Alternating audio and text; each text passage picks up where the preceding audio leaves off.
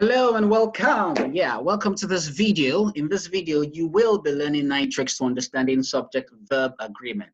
Another name for subject-verb agreement is Concord. Okay, so whether you're a student or a teacher or a learning parent, this video will be helpful for you to understand it, and then of course in teaching that subject. Or in teaching this topic, pardon me. Okay, good. So let's go straight to the discussion for today. Before we move on, I'd like to say that this video there's a shorter version for it. So this is the longer version. So I don't know where you have joined from, but if you're seeing this for the first time, there is a shorter version where I just cut straight to the quick. So you can look out for the shorter version. This one can be pretty long because we need to deal with this subject and it becomes easy for you once and for all. So let's go straight. Trick number 1 to understanding subject-verb agreement. Know the basic rule. Now, the basic rule is a singular subject takes a singular verb, while the plural subject takes a plural verb. It is basic. That's why I have this picture here. As basic and as simple as 1, 2, 3. It is what you build things on. That's the building block of this particular topic, subject-verb agreement. So if you don't know what a subject is, I'll tell you. A subject is simply the word or the thing or the person that is performing the action in that sentence or what that sentence is about.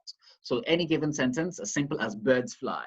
The subject of that sentence is birds because the action is being performed by, the action fly is being performed by birds. So every sentence in English language must have a subject, which is what that sentence is about or what is performing an action in that sentence. And it must also have a verb. And the verb, of course, is the action. So we need to know whether it is singular or plural, or whether you're supposed to pick a singular verb or a plural verb. That is what this topic is about. So know that basic rule, that singular subjects take singular verb, while plural subjects take plural verbs. So let's move on. What do I mean? What do we mean by this? So in an example, Kamsi reads novels. That's the sentence. In this sentence, we have a singular subject. Kamsi, that's one person, one boy, a girl. Kamsi is unisex, boy or girl. Okay, good. So Kamsi reads novels. All right, so in this particular sentence, the singular subject Kamsi is followed by the singular verb reads. Now, mind you, reads ends with the letter S. So somebody might say, reads ends with the letter S. How can it be singular? It is actually singular because in the world of verbs, those verbs that end with the letter S are singular, while the verbs that end with the letter that don't have the letter S in verbs are plural. So don't worry, you'll get it. Let's just move on. Okay, so like I said before, Kamsi is singular and therefore it takes a singular verb, reads. Another example, in this case, we have plural. We say boys read comic books. I decided to maintain the same verb just so that you will get the idea. Boys, in this case, read comic books. Boys read comic books. Simply, what does this mean? We're saying that the plural subject boys is followed by the plural verb read. If you notice, this read does not have the letter S. That makes it plural. Do you get that? So boys, in this case, is a plural subject, therefore it takes the plural verb read. All right, this is a spotlight. This is where I was headed. Note that singular verbs end with S, and that includes auxiliary verbs. Auxiliary verbs, you know them. We have is, we have was, we have has. These ones that I just mentioned are singular. We have the auxiliary verbs that are plural. We'll get there. But these auxiliary verbs that are singular don't, they end with the letter S. So they are singular.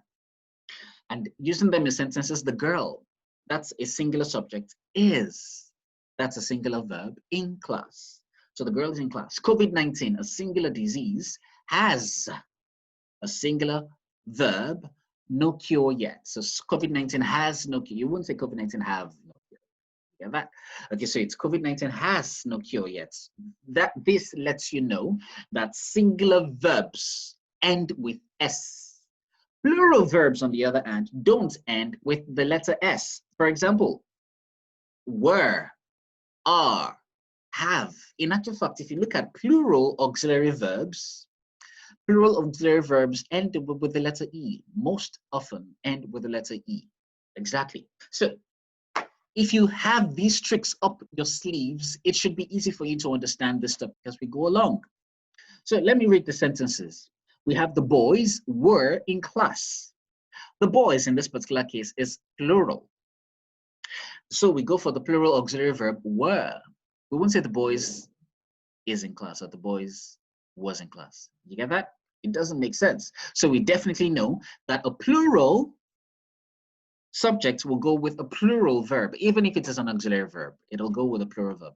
Patients, for instance, is plural. It's a plural subject because we're referring to more than one patient. So patients are, we won't say patients is. Patients are advised to be patient. You get that? Exactly. Now, let's move on. This time, the next set of tricks I'll be showing you let you know when you're supposed to pick a singular verb. So they are singular subject tricks. Remember, we say singular subjects take singular verbs. So in this particular trick, you will be picking singular verbs because they are by nature singular subjects. So let's take a look at it. Trick number 2, for instance, says many expressions bearing indefinite pronouns are regarded singular in nature. So they take singular verbs. And these are the expressions: each of, one of, either of, neither of, none, everybody, anybody, nobody, somebody, or someone. All these expressions are indefinite pronouns. They are formed from indefinite pronouns, so they are regarded as singular subjects. So let's practice this, for instance. You see this expression or this sentence that says, none of my children dash been to the museum. None is the expression that makes it singular. None of, actually. So with this expression none of, we know that we will not regard children as plural anymore. Rather, we will regard this old phrase, none of my children, as a singular expression. Therefore, we will take a singular verb. So between has and have, which is singular verb? I'm sure you can figure it out. Has is the singular verb because it ends with the letter S.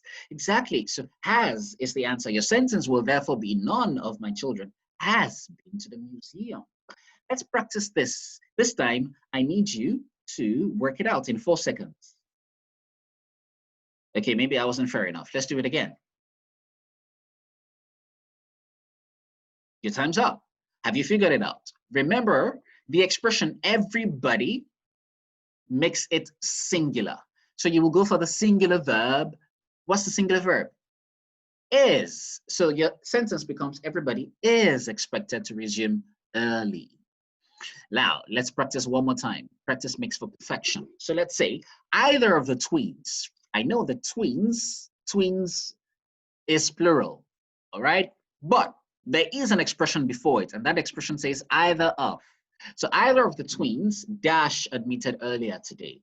So what should you say? Should you say either of the twins were? No, don't be fooled by the twins because the expression either of is there. It therefore makes that whole expression singular. So you have what? Either of the twins was admitted earlier today. In actual fact, literally, that means if I don't take Kai, I'll take Candy. So either of the twins was admitted earlier today. Although whoever is not taking both of them is looking for trouble because twins, they can be very, let's not go there. All right, let's go on. Trick number 3, collective nouns. Where you have collective nouns, you're supposed to regard them as singular subjects because the whole thing is represented by one name. So you call them one entity. Now, as an example, we say the class. Now, I know that a class is definitely made up of more than one pupil. So we have the class, the class. There's a temptation to say the class are graduating. That's not correct. The whole class is together, one name, one person. So the class is regarded as a singular entity. So we say the class is graduating today. So that's your answer. Another example, we say your flock. In this case, we're referring to the flock as a whole entity. Your flock is smarter than mine. That's the answer. You get it. So your whole flock regarded as one thing. I know the flock is a collection of birds, but rather than looking at one bird per time, sometimes it's even hard to count on count at a glance. So a whole flock it makes it easier to regard them as a single entity. So you regard the whole flock as a singular subject and it takes a singular verb is. All right. Now, in this case, we're done with singular subject tricks and now we're moving on to plural subject trick, where you're supposed to pick a plural verb after the plural subject. Okay, so trick number 4, for instance, says and, where you have the conjunction and. Take note. This conjunction and is the only conjunction that makes two subjects plural, because yes, in some sentences, we have two subjects put side by side each other. And then there is a temptation to regard them as plural. Actually, it's not every time you regard them as plural. You only regard them as plural if those two subjects are joined by the conjunction and. All right, so as an example, let's say Leke and Lekan dash from Oyo State. Leke is a subject. Lekan is another subject. These two boys hail from Oyo State. So what conjunction has been used to put them together? That's the first question you should ask yourself. The conjunction is and. Voila! Wherever you see and, you know definitely that you're going for a plural subject. Let me say though, usually. There is an exception and we will get there. So Leke and Lekan come from Oyo State. If you know, between comes and comes and ends with the letter S. So it makes it singular. And remember, this time we're dealing with plural subject tricks. So you would definitely go for the plural subject or the plural verb come. Let me explain once again. Leke and Lekan are regarded as a plural subject, a plural entity put together, plural. Therefore, you will take the plural verb come. You get it? I believe so. All right, another example. This time we have, I need you to figure it out, and you have about 4 seconds. All right, your time starts counting now. Yeah, time up. Okay, good. So remember, if you use that trick once again, Shambo and Tatashe, yeah, we have Shambo and Tatashe regarded as a plural entity. So we say what? Shambo and Tatashe put together.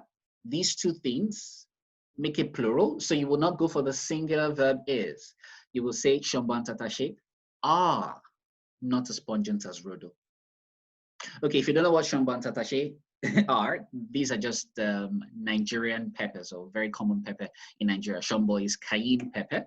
Yeah, I think Shambo is called the cayenne pepper, while Tatashe is bell pepper, and Rodo is habanero. I think Rodo is even regarded the most pungent of peppers nowadays. Okay, good. So that's it. Another, now this time we're looking at an exception. The exception to this rule. It is not every time that you say the and that you will regard them as plural subject. There are times that you actually regard them as a singular subject. Now, this is it. It does not function where you have that and is used to join two things, but those two things are still referring to one thing. Take a look at this example. Gari and groundnut is my favorite dessert. Now that's, honestly, personally speaking, sometimes I can finish a whole meal, very lovely sweet meal, and then I just want to top it up with gari and groundnut, take it as a dessert. All right, so now take a look at that. In this case, gari and groundnut is regarded as a singular meal, one meal. Yeah, because we're eating it together at the same time. So it's regarded as one meal served on a plate. So it is one meal, therefore it is singular. So we will not say gari and groundnut are my favorite dessert.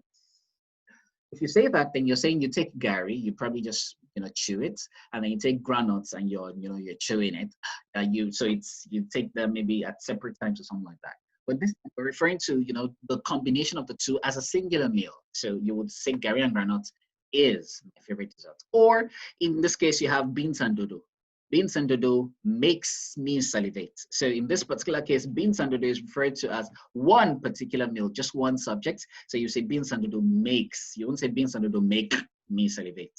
If you say make, then you're making a plural subject. You're referring to beans separately, dodo separately. But no, we're saying beans and dodo served together as a singular meal makes me salivate. And in another example, which you won't see on your screen right now, is if you're referring to the same person. So let's take, for instance, my father is the governor of this state. So if you say my father and governor of Lagos State is giving his speech. So I will not say my father and governor of Lagos State are giving his speeches or his speak. It doesn't make sense because he's referring to one person. My father is the governor, so he's my father and he's also my governor. So I'll say my father and governor of Lagos State is giving his speech. So those are the expressions, exceptions rather, around it. So you need to take a look at the context in which your sentence is being used. Let's move on to trick number 5. In this particular trick, we say that the following expressions are plural subjects. Where you have these expressions, they are plural subjects. Usually, because there is also an exception. But let's move on. Let's take it one step at a time. So these expressions are plural: all, several, some, few, many, both. When you have them in a sentence, you know definitely that you have a plural subject with you. So in practice, we say all the books dash scattered today. That's not one book, right? Many books. All right. So all the books were scattered, rather, were scattered when I arrived, not today. Were scattered when I arrived. All the books were scattered. So you will go for the plural verb were. All right. I believe that by now you should know that plural auxiliary verbs end with letter E, while singular auxiliary verbs end with a letter S. All right. So that should be easy for you to figure out. All right. Great. Okay, good. Another example, we say only few pupils dash attempted the quiz. Now, few there makes it a plural subject. So only few pupils have attempted the quiz. All right, only few people have attempted the quiz. Now, this is the exception. Consider any issue of context. So take a look at this. For instance, we say all of my life is yours. Now, this person is worshiping, let's say God, for instance, this person is worshiping God and says all of my life. Now, rather than say my whole life, this person has said all, meaning if my life was put in pieces and the pieces were put together, all of it is yours. You get that? Now, in this context, the person has not said, has said all of my life and has not said are yours. No, all of my life is yours. You go for the singular verb in this case because life is singular. You get that? So let's take a look at another exception where there are uncountable nouns. Uncountable nouns should not be regarded as plural. All right, so you just regard them singular. So for instance, milk, you can't count milk, or drops of water, you can't count that. As you see in this picture, some of the milk has spilled. You won't say some of the milk have spilled. So I think the basic thing to look out for is in the use, the last word that is mentioned just before the verb is picked determines whether you will pick singular or plural. So as you see here, life is singular, milk is also singular. We didn't say milks, neither did we say lives. All right, so in this particular case, you'll simply go for the singular verbs. Let's move on. The next set of tricks I'll be showing you, they demand forethought, meaning you need to be careful before you choose. All right, you need to have some arm yourself with these ones. All right, so how do you do that? Trick number 6. Trick number 6 says ignore prepositional or adjectival phrases. Ignore them. When you see a prepositional phrase, ignore it. Assume it doesn't even exist. Or adjectival phrases, assume it doesn't exist. Take a look at this picture, for instance, in the background. There's a sign that says no bicycles, please. And guess what? This Papa Jasko packed his bicycle right under the sign that says no bicycles, please. So in other words, as far as this Papa Jasko is concerned, that sign doesn't exist. That sign doesn't exist. So that's exactly the idea I need you to apply in this next trick. Trick number 6, where you see these expressions in the sentence, just assume they don't exist. Now, what expressions? Adjectival and prepositional phrases. Take a look at this. The sentence says, the teacher who won the state's numerous award dash relocated to Ibadan. Now, we are looking out for what? The adjectival phrase in this sentence, all right? Now, what is an adjectival phrase? It is simply a phrase that acts as an adjective. And what is an adjective? An adjective is a word or a combination of words that describe a noun or pronoun in a sentence. The noun we are describing in this sentence is the teacher. Now, what phrase describes the teacher? The phrase is what? Who won the state's numerous awards? So what do? You erase it or you assume it doesn't exist. In actual fact, if possible, you can cut it out of your paper and throw it in the bin and read the sentence this way. The teacher dash relocated to Ibadan. What makes sense? Should you say the teacher have relocated to Ibadan? No. Remember, the trick number one, use singular subject takes a singular verb. Exactly. So the teacher has relocated to Ibadan. Your whole sentence now becomes the teacher who won the state's numerous awards has relocated to Ibadan. All right. Now, what if you have this other sentence that says dancing and swimming, my two favorite things to do, dash now disallowed in school, perhaps due to COVID-19. These things are not allowed in school. All right. So hold on. Well, that's discussion for another time. So we say what? What do? You are looking out for what? The adjectival phrase. My two favorite things to do is the adjectival phrase because it's describing dancing and swimming. It's describing the girls dancing and swimming. Exactly. So what do? You ignore them, assume they don't exist, or better still, cover them away, shake them out of your paper, or tear them out and throw them away. And you read the sentence as what? Dancing and swimming. Now, what do you apply here? The trick I mentioned before, the and makes it plural, right? So dancing and swimming are now disallowed in school. You get it? So your full sentence becomes dancing and swimming, my two favorite things to do, are now disallowed in school. Another practice. You don't get tired of practicing. Let's take a look at this. The athlete in the first position dash from my house. In this case, we have prepositional phrases because it starts with a preposition. We have our main subject is the athlete. This time we're using this prepositional phrase to describe the athlete. So the prepositional phrase in first position describes him. Like I said, ignore it, erase it. You don't need it. So you do what? You read it as what? The athlete is from my house. You won't say the athlete are from my house. It doesn't make sense, right? So you say the athlete is from my house. Therefore, your full sentence becomes what? The athlete in first position is from my house. You get it? Easy peasy. One more example. The agbalumo fruits on the uppermost branch, dash ready to drop. Agbalumo, if you don't know, is African star apple. But I am an African, so I call it what it is. The agbalumo fruits on the uppermost branch, dash ready to drop. Now, what is the prepositional phrase? Remember, the prepositional phrase starts with a preposition. So you're looking out for the preposition that's on. Okay, so that prepositional phrase describes the agbalumo fruits, the particular one we're referring to, the specific one, that's the one on the uppermost branch. So the agbalumo fruits, you erase the prepositional phrase, and what do you have? The agbalumo fruits, remember, fruits, plural, are ready to drop. So your full sentence becomes what?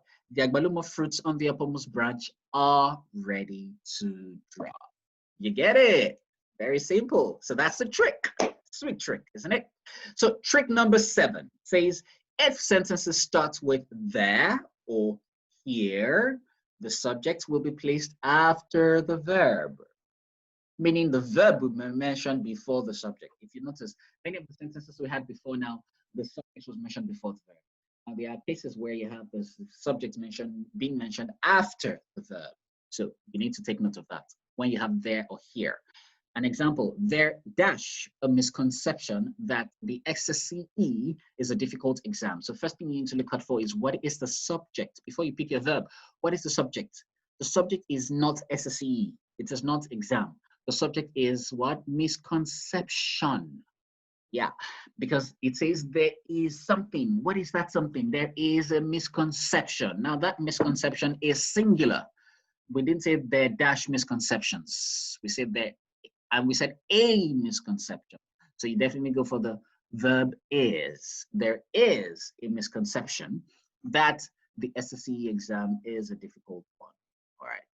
Another example, we say Here dash the folders you requested. In this particular case, I'm sure you figured out that we have a plural subject. Folders is plural. So you will say, here are.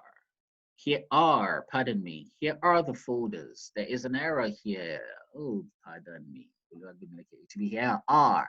There are. Here are the folders you requested. Pardon me, it should be are. I underlined the wrong thing. So here are the folders you requested. Yeah. Okay, good. So now number 8.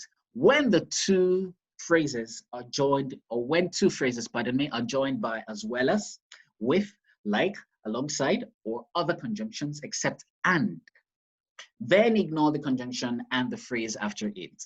There's another thing to ignore here, but hold on. All right, if you don't understand all that I just read, let's use it as an example and you'll understand better. Okay, so when we have those expressions, any other expression, simply any other conjunction apart from and, any conjunction apart from and, this is what you do. You ignore that conjunction with the phrase mentioned after it. So take a look at this example. I like this couple. Governor Sanwo-Olu with his wife dash my home every other weekend. The rule or the trick says you will take the conjunction that is used with the subject mentioned after it, you ignore them. So this is what you do. With his wife. You read it as what? Governor Sanwo-Olu visit or visits. Which one should it be? One person. Should be what? One person, singular subject, visits. That's it. Governor Sanwo-Olu visits my home every other weekend. You get the idea? All right, so Governor Sanwo-Olu. So your full sentence now becomes what? Governor Sanwo-Olu with his wife visits my home. Because the main subject this time is now Governor Sanwo-Olu. We know that two people come to your house. Governor Sanwo-Olu comes with his wife. However, because we have used with, we didn't say and. If it was Governor Sanwo-Olu and his wife, you then say visits my home. But because we said Governor Sanwo-Olu with his wife, you ignore that conjunction with and the subject mentioned after it. You cut them away from your paper and you read it as Governor Sanwo-Olu visits my home every other weekend. All right. Another example for the sake of understanding. Umara and Awolu, like their father, dash very skilled in palm wine tapping. Now, we have said Umara and Awolu, plural, like their father, meaning another person has been introduced this time, making 3 people, dash very skilled in palm wine tapping. What do? This conjunction like their father, or like with the subject mentioned after it should be ignored. So you cut it away. So you read it as what? Umara and Awolu are very skilled in palm wine tapping. You get that? Okay, so your full sentence becomes Umara and Awolu, like their father, are very skilled in palm wine tapping. And now to the very last trick. The very last trick says what? When two subjects are separated by either or, neither nor, not only but also, use the subject closest to the verb. This is what you do. For example, we say, either Larry or Oge dash the valedictorian of the year. Either Larry or Oge dash the valedictorian of the year. You pick the subject mentioned last, meaning you ignore everything from either to or. What do? You will cover it or cut it out. Either Larry or, cut it out. And you read it as what? Oge is the valedictorian of the year. If you put it together again, you have either Larry or Oge is the valedictorian of the year. Another example, neither my books nor my lucky pen dash found in his bag. In this case, we have a plural subject mentioned first, my books, and then a singular subject mentioned last, my pen. Remember, the rule says you go for the last subject mentioned, meaning you ignore everything from neither to nor. You cover it away, so you have neither my books nor is covered, and then you read what? My lucky pen. Should you say were found? My lucky pen, the singular subject, will become was found in his bag. Your full sentence becomes my lucky pen, or neither my books nor my lucky pen was found in his bag. You get it? All right, another practice. We say this one, not only his arrogance, but also his catcalls dash me. Remember, what do? The last subject mentioned is what? His catcalls. That's what you do. So you cover everything from not only his arrogance, but also cover it away. And you read it as what? His catcalls Calls is plural, right? So you say annoy me. His cat calls annoy me. So your full sentence becomes not only his arrogance, but also his cat calls annoy me. The last example, either Femi or the triplets dash responsible for this mess. So we have Femi as a subject, we have the triplets also as a subject, but the last subject mentioned is what? The triplets. So you cover everything from either to or, and you have what? The triplets are responsible for this mess. Your full sentence now becomes either Femi or the triplets are responsible for this mess. Trust me, if you apply this trick to every question in Concord, you will definitely ace it. It's very simple. So these are the references where I got some of these ideas from. I simply twisted them to tricks. All right, and of course, the images gotten from Unsplash, Google, and Bing. If you have any other topic that has been tricky for you and you want a better understanding of it, you want me to put the tricky subject in tricks for ease of understanding, then simply send me a comment. Put a comment in the comment section, or you can email me at leke@penspeakers.com. That's my email address. Penspeakers is my blog, so you can also visit my blog for several other ideas and lovely things that you can read on. As well, you can decide to communicate with me on social media. That's my social media handle. You can communicate with me on Twitter, Facebook, or Instagram. You'll find me there. All right, I believe this has been helpful for you. Thank you very much for your time. Have a lovely day. Goodbye.